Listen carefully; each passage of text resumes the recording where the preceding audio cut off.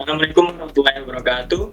Kami dari kelompok 1 mata kuliah Statistika Bisnis akan mempresentasikan hasil dari diskusi kami tentang materi analisis regresi berganda. Sebelum kita beralih ke materinya, saya ingin memperkenalkan diri. Yang pertama ada saya sendiri selaku moderator, Muhammad Ali Profik.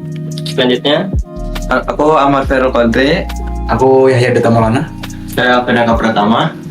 Saya Des Pancanugraha. baik, saya Muhammad Ali Profik ingin menjelaskan dari pendahuluan. Dalam penelitian kuantitatif, analisis statistik diperlukan agar data yang dikumpulkan tidak hanya berupa angka, tetapi juga dapat menjelaskan hubungan antar variabel secara jelas. Salah satu metode yang sering digunakan adalah regresi linear berganda, terutama ketika terdapat lebih dari satu variabel yang diduga mempengaruhi variabel utama. Melalui metode ini, peneliti dapat melihat arah dan besarnya pengaruh masing-masing variabel serta menguji signifikansinya. Agar hasil analisis tetap akurat, penerapan regresi linear berganda biasanya disertai dengan pengujian asumsi klasik sehingga kesimpulan yang dihasilkan dapat dipercaya. Baik, untuk selanjutnya, pengertian regresi berganda. Regresi linear berganda merupakan metode analisis statistik yang digunakan untuk mengetahui dan mengukur hubungan linear antara satu variabel terikat, yaitu Y, dengan dua atau lebih variabel bebas, yaitu X, baik secara bersama-sama maupun masing-masing variabel secara terpisah. Analisis ini bertujuan untuk melihat arah hubungan yang terjadi, apakah pengaruh variabel bebas bersifat positif ataupun negatif, sekaligus mengetahui besarnya kontribusi setiap variabel bebas dalam memengaruhi variabel terikat serta memprediksi perubahan nilai variabel terikat ketika variabel bebas mengalami kenaikan atau penurunan. Ada data yang digunakan umumnya berskala interval ataupun rasio, sehingga regresi linear berganda banyak digunakan dalam penelitian kuantitatif karena mampu memberikan hasil yang objektif, terukur, dan menggambarkan fenomena yang diteliti secara lebih menyeluruh. Halo, nama saya Penaka Pratama. Hari ini saya akan menjelaskan rumus regresi berganda. Untuk rumusnya itu yang pertama ada Y sama dengan A plus B 1x1 plus B 2x2 plus Bn xn. Keterangannya itu yang pertama ada Y, yaitu untuk variabel dependen atau nilai yang diprediksikan. Yang kedua ada x1 dan x2, yaitu variabel independen. Yang ketiga ada A, konstanta atau nilai Y apabila x1, x2 atau xn yaitu sama dengan 0. Untuk yang keempat ada B, koefisien regresi atau nilai peningkatan ataupun penurunan.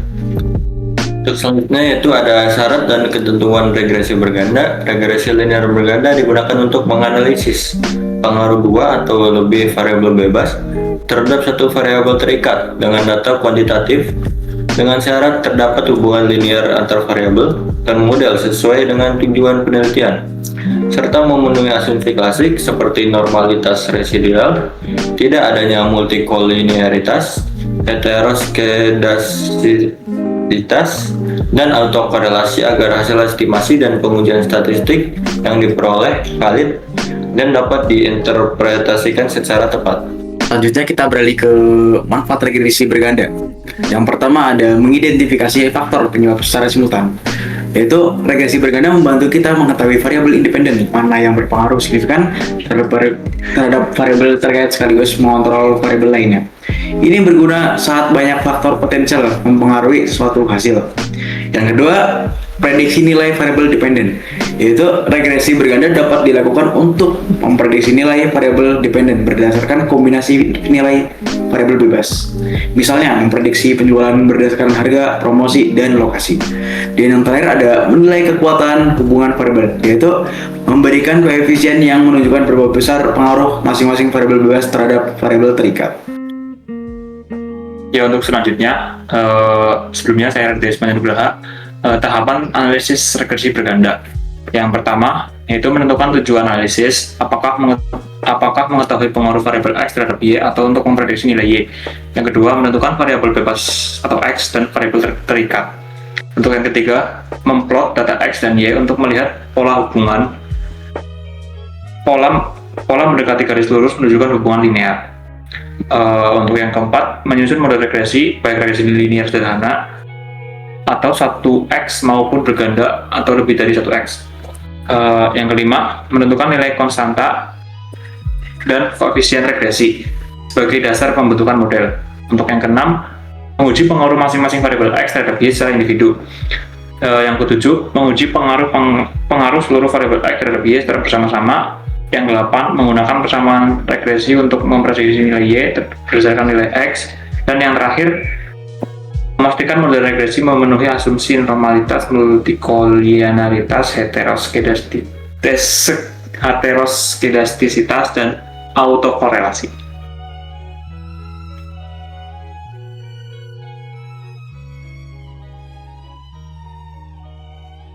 Oke, selanjutnya ada studi kasusnya. Sebuah perusahaan penjualan ingin mengetahui faktor-faktor yang mempengaruhi volume penjualan produknya. Manajemen perusahaan menduga bahwa tingkat promosi atau X1 dan kecerdasan tenaga penjual atau X2 berpengaruh terhadap volume penjualan Y. Untuk membuktikan hal tersebut, perusahaan mengumpulkan data dari 10 tenaga penjual mengenai nilai promosi yang dilakukan, tingkat kecerdasan tenaga penjual, serta volume penjualan yang dicapai. Data hasil pengamatan disajikan seperti gambar berikut. Ini gambarnya. Halo semuanya, nama saya Mam. Di sini saya akan menjelaskan dan mengerjakan studi kasus yang teman kita sudah bacakan di PPT. Kita akan mengimplementasikan ke SPSS-nya. Untuk lebih lanjutnya, kita langsung saja mengerjakan yang dimana di sini kita pergi ke variable view untuk mengisi datanya terlebih dahulu. Di sini kita klik di 1, terus kita isi dengan X1, kita enter, terus ada X2, kita enter, ada Y.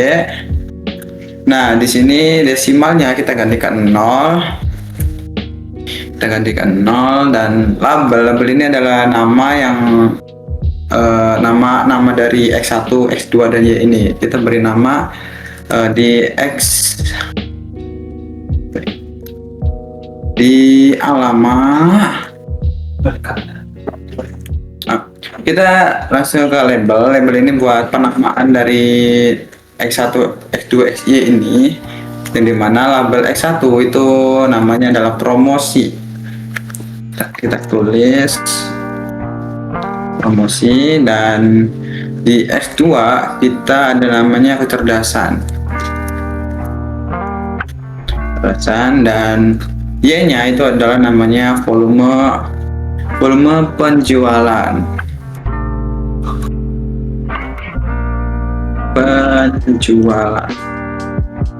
Udah selesai, kita di sini ganti measure-nya menjadi scale semua. Nah, kalau sudah seperti ini, kalau kalian sudah seperti ini, kita lanjut ke data view. Oke, setelah kita masukin datanya yang ada di tabel ke dalam SPSS ini, ke data view ini, kita lanjut ke menu analyze yang ada di atas ini. Kita klik analyze, terus pilih ke regression, terus kita pilih ke linear. Nah, analyze regression linear di SPSS ini dipakai buat ngejalanin analisis regresi, itu baik yang sederhana maupun yang melibatkan banyak variabel. Nah, terus di sini kita lanjut masukin volume penjualan ke dalam dependent, dan promosi X1 dan X2-nya kita masukin ke independent. Nah, setelah semuanya sudah keisi seperti ini, di volume penjualan Y-nya ada di dependent, dan kecerdasan X1, kecerdasan X2, promosi X1 itu ada di independent. Selanjutnya kita akan klik ke statistik. Kita klik ke statistik dan centang di bagian deskriptif dan juga Darwin-Waston. Nah, setelah kita centang ke Darwin-Waston sama deskriptif ini, kita klik continue, dan selanjutnya kita pergi ke plots, dan kita pilih yang SRESID ini ke dalam Y, dan Z PRED ini ke dalam X. Nah, setelah ini kita klik centang yang normal probability plot. Nah, setelah semuanya sudah benar kayak gini, kita klik continue dan kita pilih lanjut ke save. Nah, di save ini kita centang di bagian unstandardized dan juga standardized. Setelah sudah kayak gini, kita pilih continue lagi. Selanjutnya terakhir yaitu ada di option. Kita klik option dan kita make sure nih bahwa entry-nya udah 0,05 dan removal-nya ada 0,10. Terus ini kita klik centang di bagian exclude cache list twist. Selanjutnya kita klik continue. Nah, setelah semuanya kita isi seperti kita langkah-langkah tadi, kita klik OK. Kita klik OK dan untuk melihatkan output yang telah kita buat tadi apakah sudah benar, kita klik OK. Oke, di sini ada beberapa tabel yang muncul seperti deskripsi statistik, correlation, ANOVA-nya, koefisiennya, dan juga scatter plotnya juga ada di scatter plot. Oke, di sini sudah muncul beberapa outputnya, yang dimana kita akan menjelaskan di bagian koefisien ini. Yang berdasarkan tabel koefisien ini kita dapat diketahui kan pengaruh masing-masing variabel independennya terhadap volume penjualannya itu sebesar 38,787 dengan signifikasinya 0,030 yang lebih kecil dari 0,05. Nah, itu menunjukkan bahwa ketika promosi dan kecerdasan bernilai 0, volume penjualan juga tetap memiliki nilai dasar sebesar 38,787 dan bersifat signifikan. Nah, pada variabel promosi X1 di bagian promosi X1 itu memiliki koefisien sebesar 0,802 dengan nilai T-nya 5,324 dan signifikansinya 0,001 itu lebih kecil daripada 0,05. Nah, hal ini menunjukkan bahwa promosi berpengaruh positif dan signifikan terhadap volume penjualan. Artinya setiap peningkatan satu satuan promosi akan meningkatkan volume penjualan sebesar 0,802 satuan. Dengan asumsi variabel lain konstan, nilai betanya sebesar 1,060. Yang ini juga menunjukkan bahwa promosi merupakan variabel yang paling dominan dalam model. Nah, sebaliknya variabel kecerdasan di X2 ini memiliki koefisien regresi sebesar min 0,203. Nah, di sini nilai T-nya min juga, min 0,719 dan signifikansinya 0,495 yang dimana ini lebih besar dari 0,05. Nah, ini nunjukin bahwa kecerdasan nggak ngaruh signifikan terhadap volume penjualan. Meskipun arah pengaruhnya negatif, secara statistik pengaruh tersebut tidak cukup kuat untuk dijadikan dasar pengambilan keputusan. Nah, dengan demikian dapat disimpulkan bahwa dalam model regresi ini hanya variabel promosi X1 yang berpengaruh signifikan terhadap volume penjualan Y. Sedangkan kecerdasan X2 ini nggak berpengaruh signifikan. Model regresi ini menegaskan bahwa peningkatan volume penjualan lebih dipengaruhi oleh faktor promosi dibandingkan kecerdasan. Okay, next.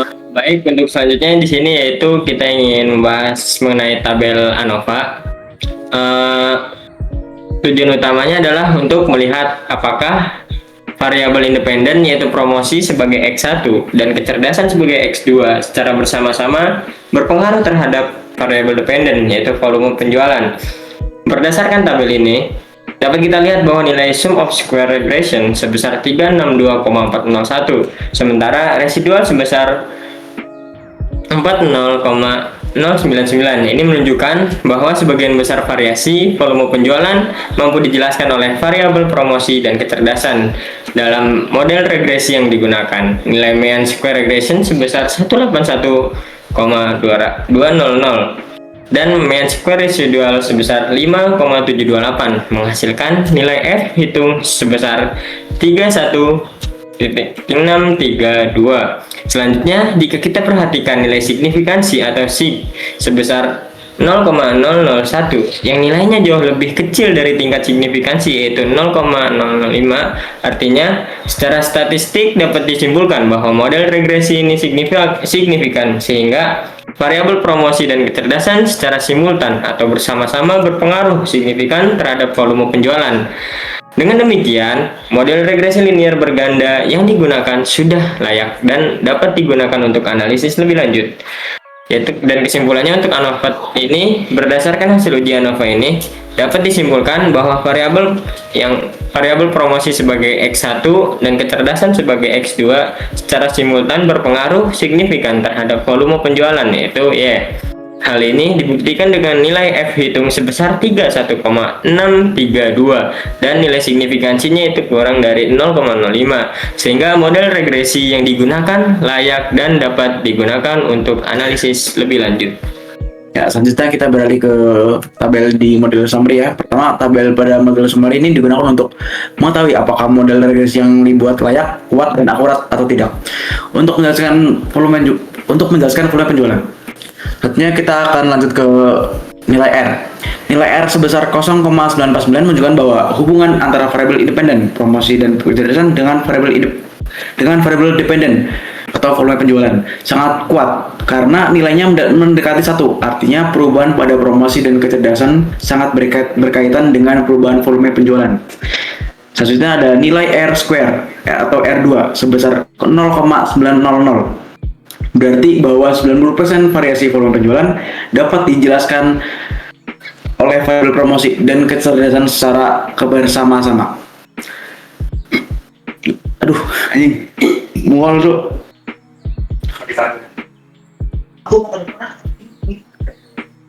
Sedangkan 10% sisanya dipengaruhi oleh faktor lain yang tidak dimasukkan dalam model penelitian ini. Selanjutnya ada nilai adjusted R square sebesar 0,872 menunjukkan bahwa setelah disesuaikan dengan jumlah variabel independen dan ukuran sampel, model masih mampu menjelaskan 87,2% variasi volume penjualan. Ini menandakan bahwa model regresi yang digunakan sudah cukup baik dan layak. Selanjutnya ke nilai standard error of the estimate. Selanjutnya kita ke nilai standar error of the estimate sebesar 2,393 menunjukkan tingkat kesalahan prediksi model. Semakin kecil nilainya, semakin akurat model dalam memprediksi volume penjualan. Nilai ini menunjukkan kesalahan prediksi yang relatif rendah. Yang terakhir ada nilai Darwin-Watson sebesar 1,148 digunakan untuk mendeteksi adanya autokorelasi, yang berarti nilai ini berada di kisaran yang masih dapat diterima sehingga dikatakan tidak terdapat masalah autokorelasi serius dalam model regresi tersebut. Oke, untuk sekarang saya akan menjelaskan hasil norma v-plot. Bisa dilihat seperti di gambar. Normal plot of regression standard residual dengan variabel dependent volume penjualan atau Y dapat diamati bahwa titik-titik residual cenderung menyebar di sekitar dan mengikuti arah garis diagonal yang mempresentasikan distribusi normal ideal. Tidak terlihat adanya penyimpangan yang ekstrim, pola lengkung yang jelas, maupun pengelompokan titik-titik yang menjauh dari garis diagonal. Hal ini menunjukkan bahwa perbedaan antara probabilitas kumulatif yang diobservasi dan yang diarahkan relatif kecil. Dengan demikian, dapat disimpulkan bahwa residual pada model regresi berdistribusi normal, sehingga asumsi normalitas telah terpenuhi. Terpenuhinya asumsi ini menandakan bahwa model regresi yang digunakan sudah layak dan dapat dipercaya untuk melakukan analisis statistik lanjutan, seperti pengujian hipotesis dan penarikan kesimpulan terhadap pengaruh variabel independen terhadap volume penjualan. Oke, untuk selanjutnya itu ada scatter plot. Untuk scatter plot sendiri dari grafik terlihat bahwa titik-titik ini menyebar secara acak di atas dan di bawah garis nol pada sumbu Y, serta tidak membentuk pola tertentu seperti garis lurus, lengkung, atau pola menyempit ataupun melebar. Hal ini menunjukkan bahwa tidak terjadi interkredisitas sehingga varian residual dapat dikatakan konstan. Selain itu, sebaran residual yang relatif simetris di sekitar angka 0 menandakan bahwa model regresi sudah cukup baik dalam memprediksi volume penjualan. Dan kesalahan pada prediksi terjadi secara wajar, tidak tampak adanya pola simetris yang mengidentifikasikan kesalahan spesifikasi model. Selesai sudah analisis kita menggunakan software SPSS dan telah membacakan juga output-outputnya. Lanjut ke PPT yang di sini yaitu kesimpulan penelitian. Hasil analisis regresi linear berganda menunjukkan bahwa promosi sebagai X1 dan kecerdasan sebagai X2 berpengaruh terhadap volume penjualan yaitu Y. Uji F menyatakan bahwa kedua variabel tersebut secara bersama-sama berpengaruh signifikan, sedangkan uji T menunjukkan bahwa masing-masing variabel memiliki pengaruh terhadap volume penjualan dengan tingkat pengaruh yang berbeda. Hal ini menegaskan bahwa peningkatan volume penjualan dipengaruhi oleh kombinasi strategi promosi dan tingkat kecerdasan, sehingga model regresi yang digunakan layak sebagai dasar pengambilan keputusan. Berikutnya, di sini daftar pustaka. Kita menggunakan 4 referensi yang untuk menguji analisis regresi ini. Telah sampailah pada penghujung presentasi pada kali ini. Kami ucapkan terima kasih atas perhatiannya. Tidak ada kata terima kasih yang terlalu kecil. Tiap ungkapan terima kasih adalah bentuk penghargaan yang besar.